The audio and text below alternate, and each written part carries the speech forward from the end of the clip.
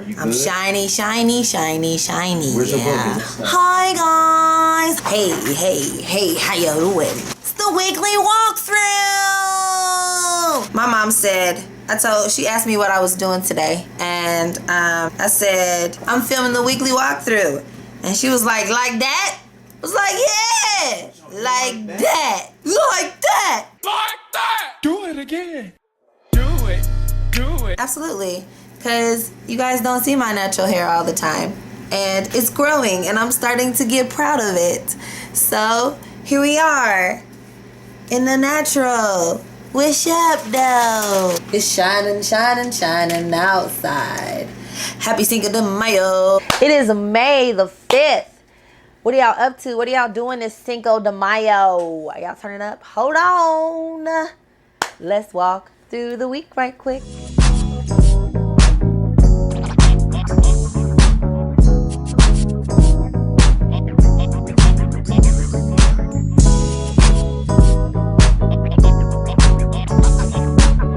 All right, so what's up, y'all? I have, like I said earlier, I'm here all natural. I'm chilling this Saturday, being free, being my most best natural self. Don't talk about my puffs if they lopsided. It's my first time doing this. I'm pretty sure that they're pretty lopsided. And my part is, look, listen, she trying. So how have y'all been? It's been a couple of weeks since we did the weekly walkthrough. And I'm glad to be back. I'm excited to be back with y'all. I love the weekly walkthrough. Say it every time. I hope you guys are doing well. I feel like spring is here. We are in full effect. Springtime. I'm really excited to talk to you guys with the weekly walkthrough. I have a couple of things that I have been going through, and I'm excited to talk to you guys about it because it's some real stuff. If you are new, hey, welcome. Welcome to All These Things TV. And I make content for moms and wives to help them live their best life, and also have a great relationship with Christ, because I feel like that is the foundation.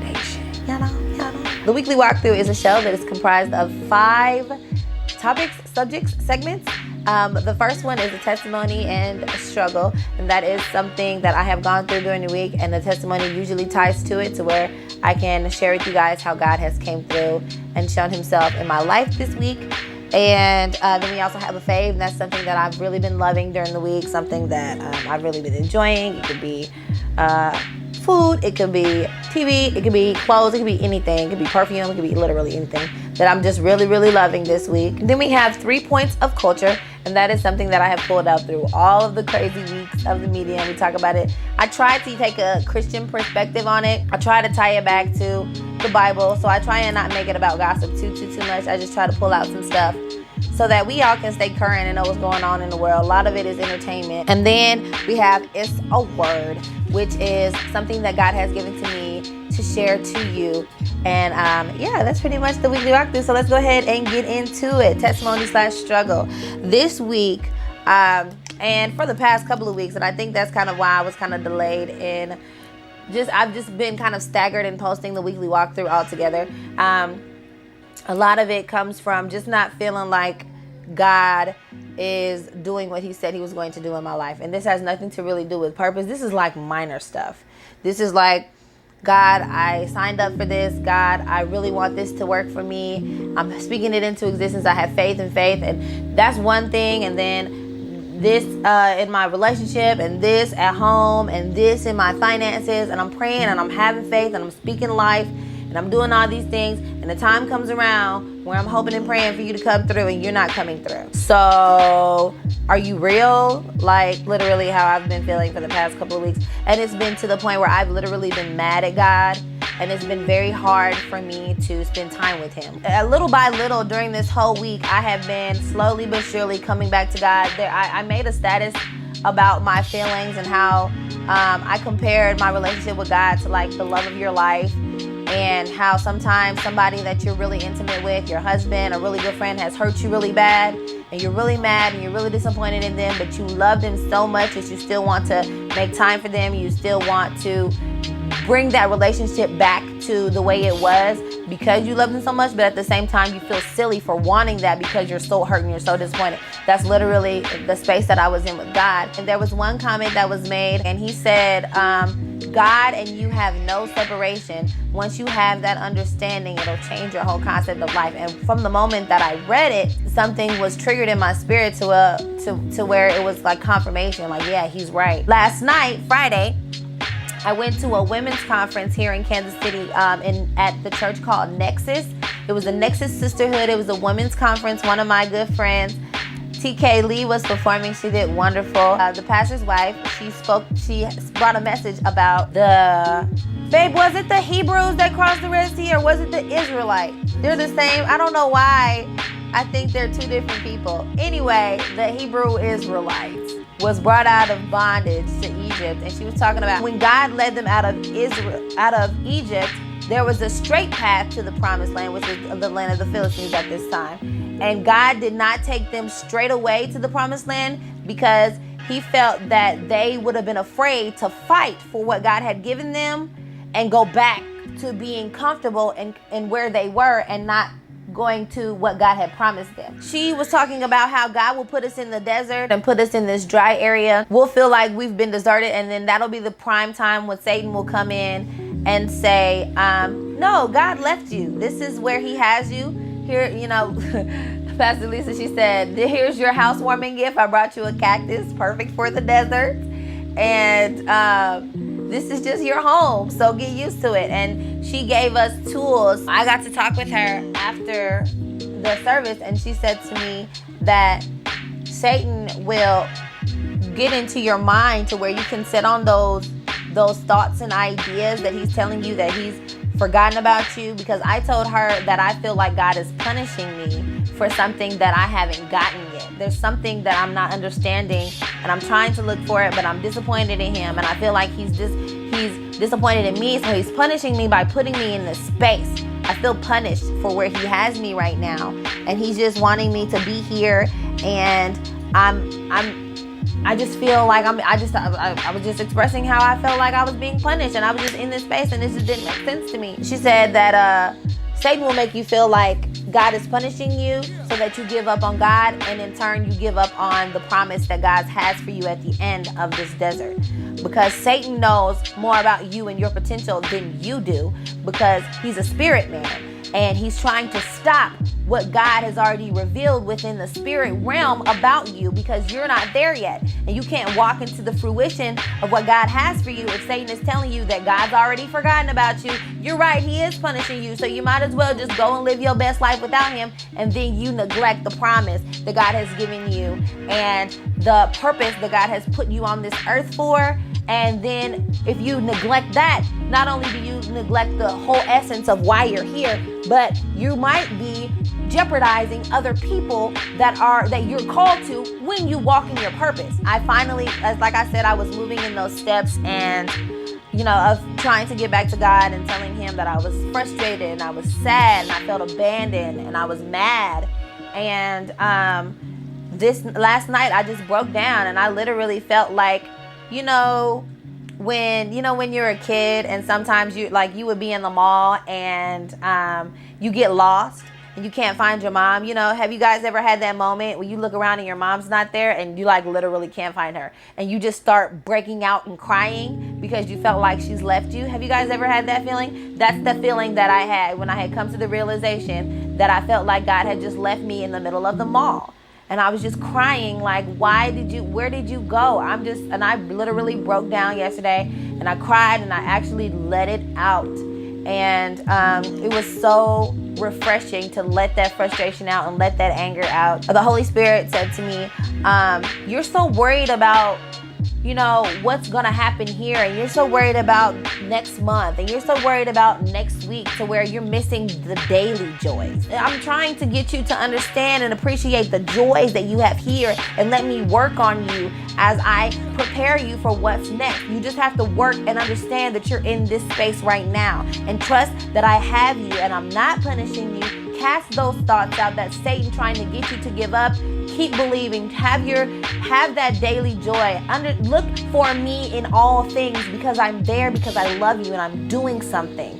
And it was so refreshing to understand and grasp that reality, as opposed to what Satan had been telling me, that I have been punished and this is it for me. You shouldn't even do the weekly walkthrough no more. Ain't no point of doing it. You don't have no anointing no more. You don't have no calling no more. He clearly left you here to rot, and that's why I struggled so much with coming, being the consistent with the weekly walkthrough, because I know I missed a couple weeks every now and then because I was struggling, but I thank God for his love. I thank God for his Holy Spirit, and I thank God for his patience and his faithfulness, because even when I was mad at him, even when I didn't want to have anything to do with him, he was still there, like, listen, I'm here. I just need you to tune in. I need you to tune in. Listen to me, what I'm saying. And he stayed there, and he was faithful, and he allowed me to get to the process to where I could understand, and it grew my relationship with him all the more. So that is my testimony and my struggle. It was really long. I'm sorry. I hope you were encouraged by it, and understand that if you're in a space where you feel like God has left you and God has abandoned you, he hasn't. Look for him in every day. Stop worrying so much about the next day or the next month, because he already has that figured out.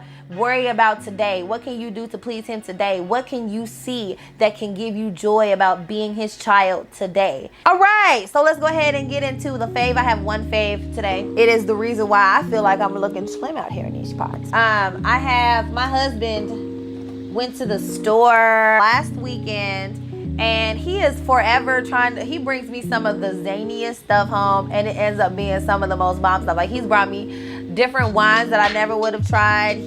He always is picking up something for me. I love you, babe. You always think about me, baby. You always be bringing me something that I don't ever be asking for. That's a word. God be bringing you stuff you don't even ever be asking for, and it be exactly what you need. Today I'm talking about the Acai Berry Cleanse. It's a 14-day cleanse, and I have completed about 6 days of it, and I can already tell a difference. My stomach has gone down significantly. It's at Walmart for like $8, but I think my husband found it at our grocery store Price Chopper for like $2. He also be finding them deals. I don't know how he be doing it, but it's a 14-day cleanse. It's not really harsh on your stomach. You're supposed to take 4 a day, 2 before you eat breakfast and 2 before you go to bed, with 8 ounces of water. It says it's supposed to clean out your digestive system, so it does have like laxative properties, but it's not like to where you gotta stay in your house. It's nowhere near like that. I feel like it comes out in different, like the toxins leave your body in different ways. Because if you're drinking, I've noticed that I have been more thirsty with this cleanse, and I don't think it's a matter of being dehydrated. I just have been craving more water with it, because I'm not like, oh my God, I'm parched. I'm just like, ooh, water sounds good. So I've been drinking more water, and I can tell just by going to the restroom that I'm detoxing that way. And then of course the number 2, and it's not terrible. And they say if it gets to the point where it's just flowing like a river in your backside, into that, to downsize it to 1. If they tell you to drink the water, because the water makes all the difference. I'm really, really liking this cleanse, and I can't wait to see what happens in 2 weeks. I feel like I've already lost maybe like 2 or 3 pounds with it, and it's only been 6 days.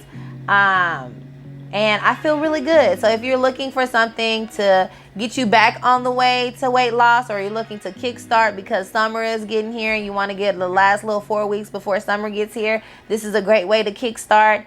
And it has been my obsession for the past, like, I have been making sure I've been taking these day and night. Listen, if I could stand up and show you how my stomach is looking these days, you would be wanting to get this cleanse. It's not a way out. You still need to work out. It's not a way out from doing what you need to do to be healthy, but it is a really great kickstart and a really good motivator to do the right things when it comes to your body. All right, let's go ahead and get into the culture. We got 3 points of culture. Let's go ahead and get into the first one. We're going to talk about Kevin Hart. I'm pretty sure all of y'all have heard about Kevin Hart. His friend set up a camera in Kevin Hart's room. His friend of 15 years set up a camera, and Kevin Hart Kevin Hart wasn't doing right to begin with, but he had brought a young lady to his quarters and proceeded to partake in things that were of adulterous nature. And his friend filmed it. And then his friend tried to extort him. Kevin Hart didn't even know about it until the guy was arrested. Yeah, he was trying to sell the recording to numerous celebrity news websites, to extort Kevin Hart. And he got arrested for it. So they got word of him being arrested, and then Kevin Hart found all the details out, and he put on Twitter that he was just shocked and in disbelief and hurt. Wendy Williams said this, good old Wendy. She said, a friend is a friend until they're not. I was at this conference yesterday, and we were getting to know everybody at the table, and one of the icebreaker questions was, would you rather be rich or have a lot of friends? I said, I'd rather be rich because I got all my friends. I don't need a lot of friends. And then I said the same quote, a friend is a friend until they're not. You know what I'm saying? And it's so sad that this is a thing with people. I don't understand why people can't just be. And the crazy thing is, if he's one of Kevin Hart's friends, and we've seen this guy. We've seen him. He's been in movies. You know, Kevin Hart has put him on. You know, he has become somewhat of a celebrity in his own right, this guy. He has photos, and he's done meetings with some of the greatest celebrities in Hollywood, and he still wasn't content enough with not being the star, so where he had to throw his friend of 15 years under the bus. This same friend that put him on and gave him money and gave him a job and put him in one of the best places in America in front of an audience, to where you have just unlimited income, and you know, you can get to connect and make a lot of great business moves, and this is what he decides to do. Now, I don't know the whole story. You know, Kevin Hart might have been doing something shiesty to him, and now he got sick of it and decided to, you know, do something sideways. But you never know. But I just think that it's sad for him to have been a friend first. You know, and that was really disappointing to hear. And I'm wishing the best for Kevin. I hope that, I know how it is to be really betrayed by a friend, and it's not a good space. It makes it very difficult for you to trust other people. So I know exactly how it feels to be betrayed by somebody that you felt was always in your corner. And my heart is with Kevin, and even though, you know, there's things that he needs to work on, just like all of us, it's never fair when people that you trust around you are trying to find ways to hurt you, you know. Okay, moving on. I had to, y'all. I'm talking about Kanye for two seconds. Y'all know what Kanye said on TMZ. I'm praying for him. I legitimately, I'm sending a prayer up. I was talking to Fago about it because I hadn't seen it on social media. We actually went to YouTube and watched the whole interview. And I said out loud, this is the doing of a wife that is as removed as he is. And this is just a clear indication of the power of a wife. Now, I'm not coming for Kim Kardashian, so calm down. I'm just highlighting the importance of the role of a wife. It very well may be possible that she feels like she's above any racial tensions. She's above any class tension. Kim is just Kim, you know? Like Beyonce. Yes, Beyonce is black, but she had to make it known and remind people that she's a black woman first, because she's so big that it's just like, no, that's just Beyonce. Just Beyonce.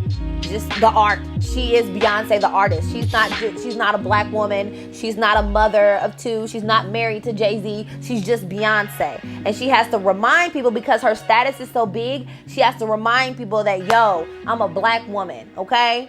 And I love my black people. She has to do that so that people can remember that she's more than just the entity that is Beyonce. And I feel like some people in those spaces and in those higher class areas forget that they are parts of cultures and parts of groups. And Kim has been in that space where she's just been Kim Kardashian for at least a decade. She's just Kim. She's not a woman of color, because honestly, she's a woman of color.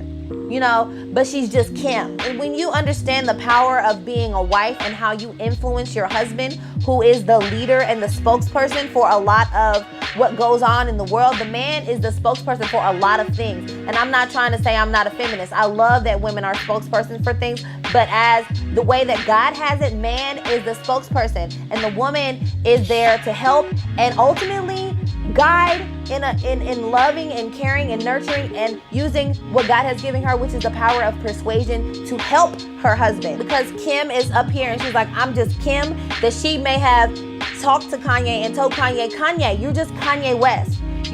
And neglected to remind him that he's a black man and that he's a black man in America. And he needs to remember that there are black men in America that are looking up to him. Not just black men, but black people in general. It's very easy to assume that his wife could have been like, well, you're just Kanye, so just be Kanye. You know, you have so much influence. You're so big to where you can do things that the common white man can't do. So you're bigger than the racial stereotypes. You're just Kanye. Everybody loves you. You are so removed from the fact that you're a black man and you came from the hood and there are black men from the hood that are looking to you, and then you say something crazy like 400 years of slavery was a choice. You can't do that. You're so removed. I'm not trying to come for Kim, but I just know the power of a wife because I'm a wife. And that's why it's not, when you decide to get married, it's a job. It's something that you have to take seriously. You don't just get married because you really, really like him. When you decide to be the wife of a man, you are molding that man to who he's going to be for the rest of his life. That's your job. Alongside God. God gives you things that to share with him, and in your way as a woman who has persuasion and love, and you're with him in the most intimate ways, the things you tell him become his reality. And he will go out and perpetuate that reality to other people. And depending on the status that man has, it can destroy people or evolve and elevate people. And I feel like his wife dropped the ball in this. That's just my take on it. And I'm not trying to attack Kim. I'm just telling you as a wife what it looks like. And this has nothing to do with her being a woman of color or being a black woman. It's just a matter of her understanding her husband enough to where she has him right, because that's her job. You know what I'm saying? So the last point of culture is kind of sad because it's about Disney, and I'm a Disney girl. I got my Minnie Mouse ears today, and I'm kind of disappointed because Disney has had this long-running gospel show that they put on called Night of Joy, and they canceled it this year. It's been going on since 1983. They've had artists like Kirk Franklin, Toby Mac, CeCe Winans, some of the really great gospel and contemporary Christian artists come out for this Night of Joy. My feelings is hurt because I'm a Disney princess forever. Y'all forgetting about Jesus. So I thought that was kind of sad to hear that Disney was like, we're going to cancel out the gospel music concert. But I know that they still have one in Universal Studios in September. So shout out to Universal Studios in Harry Potter World for, which is ironic, in Harry Potter World for keeping the gospel concert alive. Appreciate it. So that's it for culture. I cannot wait to hear what y'all have to say about culture this week. So final thing is, it's a word. So yesterday I was going to film the weekly walkthrough, and I'm so glad I didn't because God moves in a great way Friday night. I was about to film. My foot started hurting me, and I was in my little Nike slides, which are my favorite spring piece of furniture? Lord. Piece of accessory, piece of burger from Burger King. Piece of burger from Burger King. No, it's my favorite spring, summer shoe. This is the one. This is the one, baby. I had them on yesterday, and my foot started hurting, and it like the pain was so bad in my foot that it went all the way up to my leg, and I was like, what is in my foot? Ow. And it I kept looking for it, so I rubbed the bottom of my foot, and I kept rubbing against it, and I was like, ow, what is that? Turns out it was a little tiny shard of glass. My cat had broken a cup on the nightstand, on Fago's nightstand, and Fago cleaned it up, and I guess I was in the room barefoot, and a piece of a little baby shard of we couldn't even see it. It took us about 10 minutes to get it out of my foot because we couldn't find it. I was like, that's a word, because this little bitty glass disrupted my entire day to where my whole leg was hurting. And it's so easy to where the littlest things can mess up what the course of our days and the course of our purpose.